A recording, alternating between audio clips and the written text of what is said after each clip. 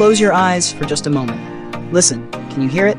It's the sound of 1,000 simultaneous conversations. It's the vibrant, chaotic symphony of daily life. Breathe in. The air is thick, layered with intoxicating scents, the sweet, earthy perfume of mounds of turmeric and saffron, the sharp, briny tang of fish caught just hours ago, the warm, comforting aroma of freshly baked bread drifting from a clay oven. We are not in a silent museum today.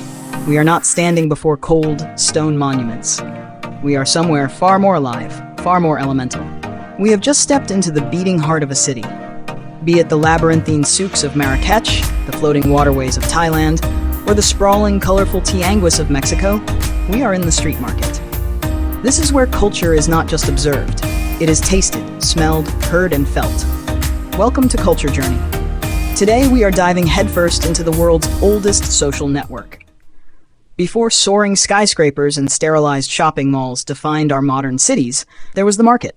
For thousands of years, the marketplace, the agora in Greece, the forum in Rome, the bazaar in Persia, was the absolute center of human civilization.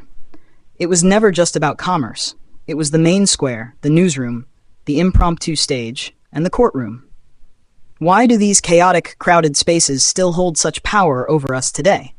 In an era where we can order anything with a single click from the digital isolation of our homes, why do we still crave the noise, the jostle, and the sensory overload of the street market?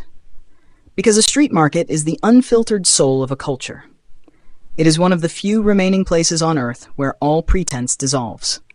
Here, the rich and the poor walk the same muddy paths, eyeing the same ripe tomatoes. It is a place of raw authenticity, where the true diet, the true economy, and the true temperament of a people are laid bare under the open sky. To know a city, you must wake up early and go to its market. Let's walk deeper into this labyrinth. The first thing you notice is that a traditional market is not static. It is a piece of performance art that has been running every day for centuries. Take the Grand Bazaar in Istanbul, for instance. It started in the 15th century and grew into a sprawling covered city with over 60 streets. But whether you are there, or in a tiny village market in rural Vietnam, the core dynamic is the same. The ancient dance of bartering. In many Western cultures today, a price tag is a final statement. But in the traditional market, a price is merely an opening line in a conversation. It's a social interaction disguised as commerce. The vendor states a price they know is too high, the buyer counters with an offer they know is too low. They feign shock, they share a laugh, they might even share a cup of tea. Through this ritual, they aren't just exchanging goods for coin. They are acknowledging each other's humanity. It builds a web of micro-relationships that holds a community together. Let me ask you, have you ever tried to really haggle in a foreign market? It feels awkward at first, doesn't it? We often feel shy, afraid of offending. But what if I told you that in many of these cultures, not haggling is seen as strange, aloof, or even a little rude? It's refusing to play the game. If you were here right now, standing before a stall of beautiful handmade ceramics, would you be brave enough to start that conversation? Moving past the textiles and ceramics, we inevitably find the true magnet of any market, the food. This is where the cultural identity is most fierce. In the wet markets of Asia, the concept of fresh is taken to a level that can be shocking to the untrained eye. Fish splash in shallow plastic tubs. Chickens are chosen live, not just selected from a refrigerated case. It is visceral. It confronts us with the reality of our sustenance.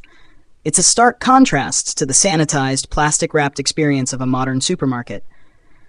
Yet it is strikingly beautiful. Picture La Boqueria in Barcelona. It's an explosion of color, mountains of ruby-red fruits you may have never seen before, hanging legs of jamon iberico cured to perfection, silver sardines glistening like jewelry on crushed ice. The market tells you what the land provides in this specific season. It dictates the local menu far better than any Michelin-starred restaurant. You learn that this culture values the bitterness of a specific wild green, or relishes the varied textures of offal that other cultures might discard. Did you know that the vibrant colors in many traditional markets aren't just for show? In many ancient cultures, vendors believed that arranging fruits and vegetables in specific harmonious color patterns would attract good spirits and wealthier customers.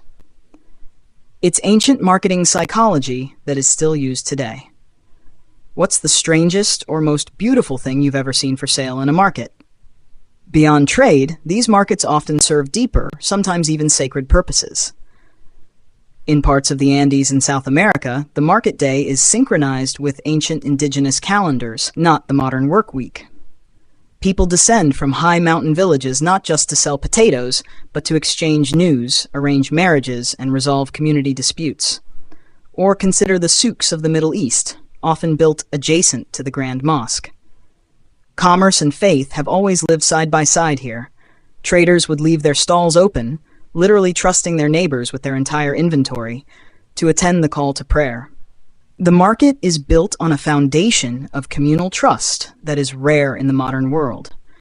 It's also where vital, intangible heritage is passed down. It's the grandmother sitting on a low stool, weaving a basket with patterns her ancestors taught her, while her granddaughter watches. If the market disappears, that classroom disappears.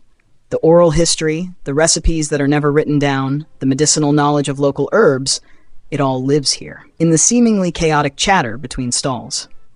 However, we must also face a difficult reality on our journey today.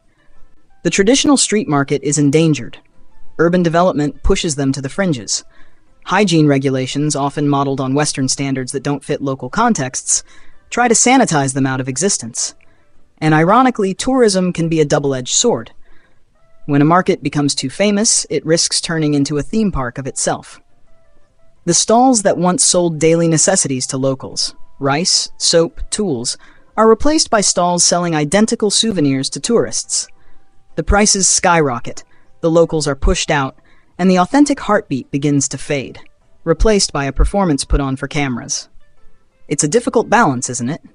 We all want to visit these authentic places, yet our very presence changes them. What do you think keeps a tradition like this alive for centuries?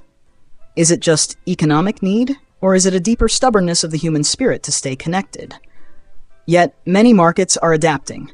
They are fighting back by proving they offer something Amazon never can: human connection and sensory joy. Young people in many cities are returning to these markets, setting up hip food stalls alongside the old vendors, creating a fusion of tradition and modernity. They realize that if they lose their market, they lose a piece of themselves. As the sun begins to set on our journey, the frenetic energy of the market starts to wind down. The stalls are packed away into wooden crates, the shouts soften into tired murmurs, the smells of the day settle into the dust. We leave with more than just a bag of spices or a handcrafted scarf. We leave with a renewed sense of connection. Street markets remind us that despite our varied languages, our different gods, and our vastly different diets, the fundamental human needs are the same: to feed our families, to connect with our neighbors, and to create a vibrant space where life can unfold in all its messy, beautiful glory. Every culture is a mirror reflecting the human soul, and perhaps that mirror is clearest not in the grand palaces, but here, among the dusty stalls and the crowded alleys. And the journey of exploring them is one we must never let end. If this journey into the chaotic beauty of street markets stirred something in you today, please leave a like and share your own market stories in the comments. I'd love to hear which local market holds a special place in your heart. Don't forget to subscribe to Culture Journey so we can continue exploring the beautiful, hidden corners of our world together. Until next time, keep wandering.